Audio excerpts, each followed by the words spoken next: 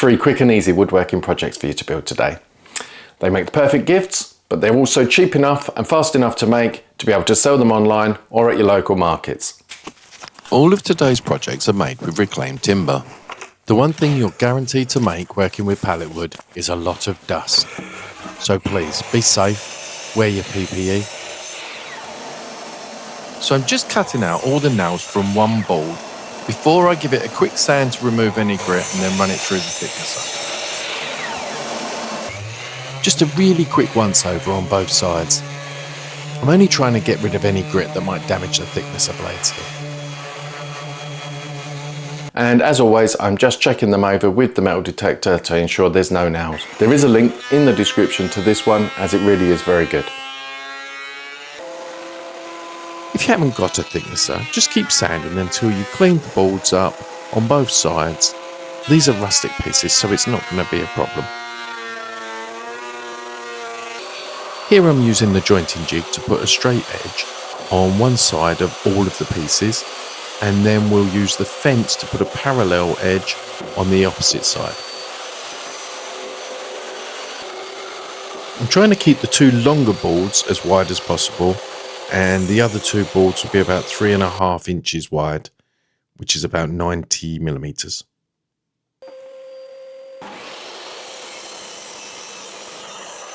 Now they're all cleaned up, what I'm going to do, I've changed the plan slightly. I'm going to make 2 at 4.5 inches long and 1 at 8 inches long, and then I need 2 pieces at just 1.5 inches. So we're going to do that now.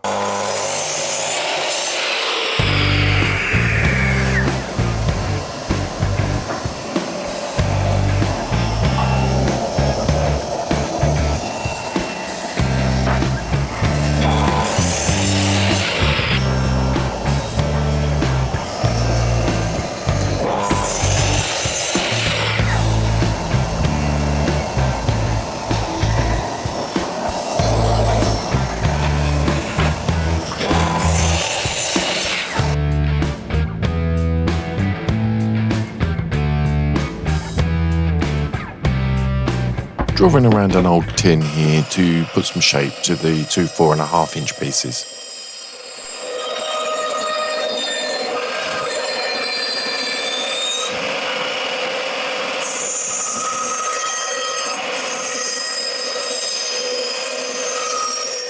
After cutting these on the bandsaw and then cleaning up on the belt sander, I'm going to put a round over on the top of the 8 inch piece and the 2 4.5 inch pieces.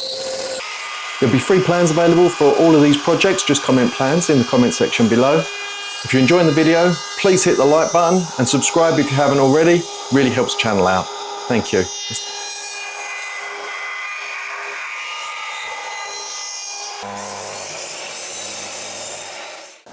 So with the shaping and the roundovers done, I now need to cut the 2 longer bits down to 12 inches in length.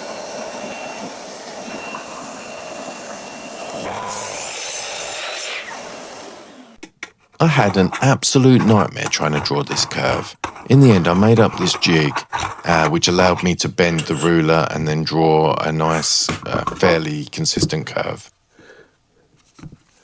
I then grabbed a tin and about 1.5 inches below the original curve, drew another curve, roughly centre. I make the inner circle into an arch by drawing straight lines from the edges down to the bottom of the wood.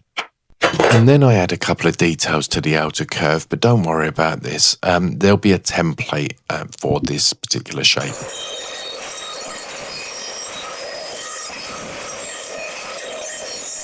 So I cut it out on the bandsaw, refine it on the belt sander, and then transfer it to the other piece and do the same again.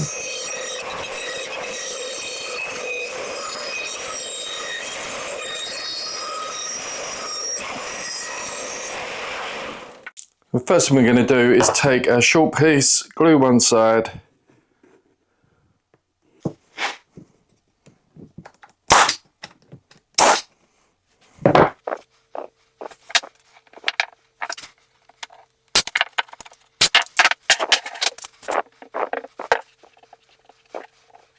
now you could clamp these and leave them to dry. For speed, I'm just going to pop a couple of brads in.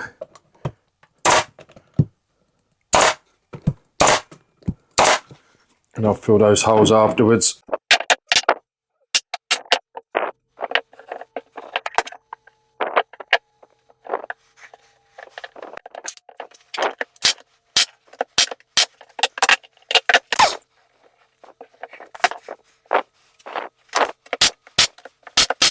So with the wood filler dried and sanded, I'm going to use a Morel's Light Oak Fast Stain, put it on, wipe it off after a minute or so, and then we'll be done and I'll show you what it is.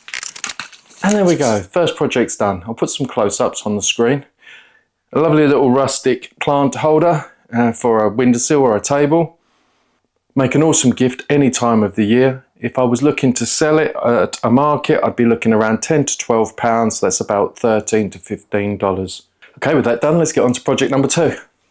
So out of the 2 pallet boards I started with, these are what I've got left. They're a bit grotty. Let's see if we can make something out of these.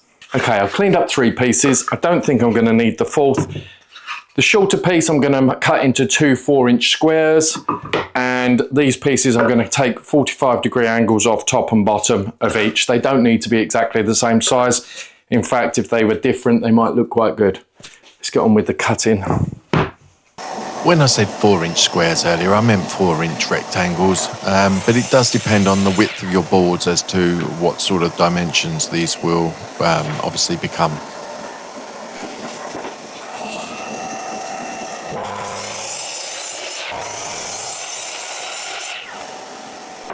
I'm cutting the 45 degrees top and bottom in the same direction, but you can alternate this. You can do these anyhow you like. They really are quite versatile.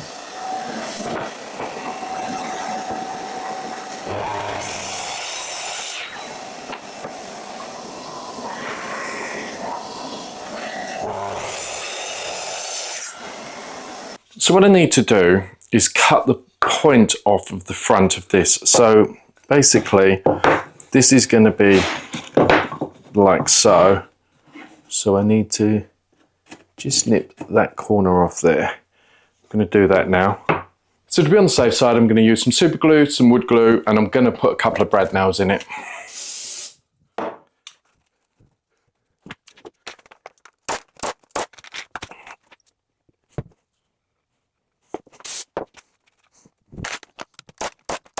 Today's video is sponsored by BC Mask. I was recently contacted by Basecamp and asked if I'd check out their M Pro Series face mask and let you guys know what I think of it.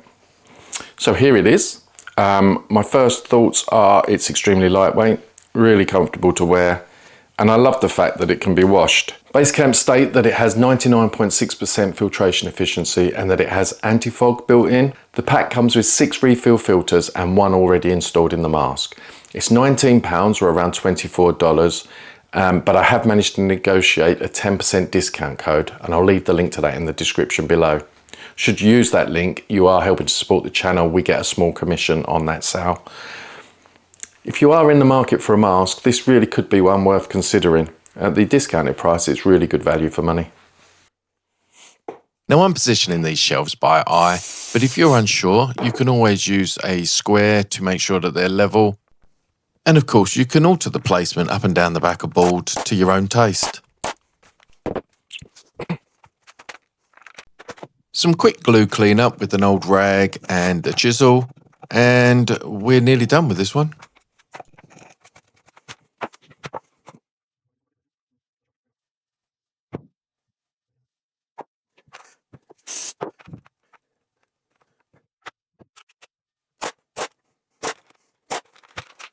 All that's left to do is stain them. I'm going to use a dark stain on them this time. There we go, project number 2.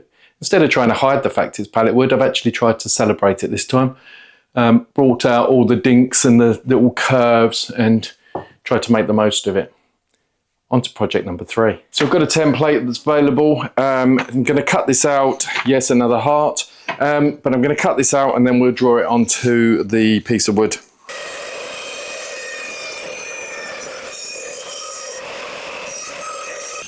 I'll speed through some of the processes here. I basically cut it out on the bandsaw, clean it up on the belt sander. After that, I put a round over bit over it from the router, And then I use a 15mm Forstner bit to put about 1.5 inch deep hole in one edge of the heart. And there we go. Rustic little heart flower holder with a test tube. I'd probably charge about £5 including the test tube. Test tubes were really cheap. I think it's a lovely set for gifting. If you're looking for more projects to gift or to sell, check out this video right here.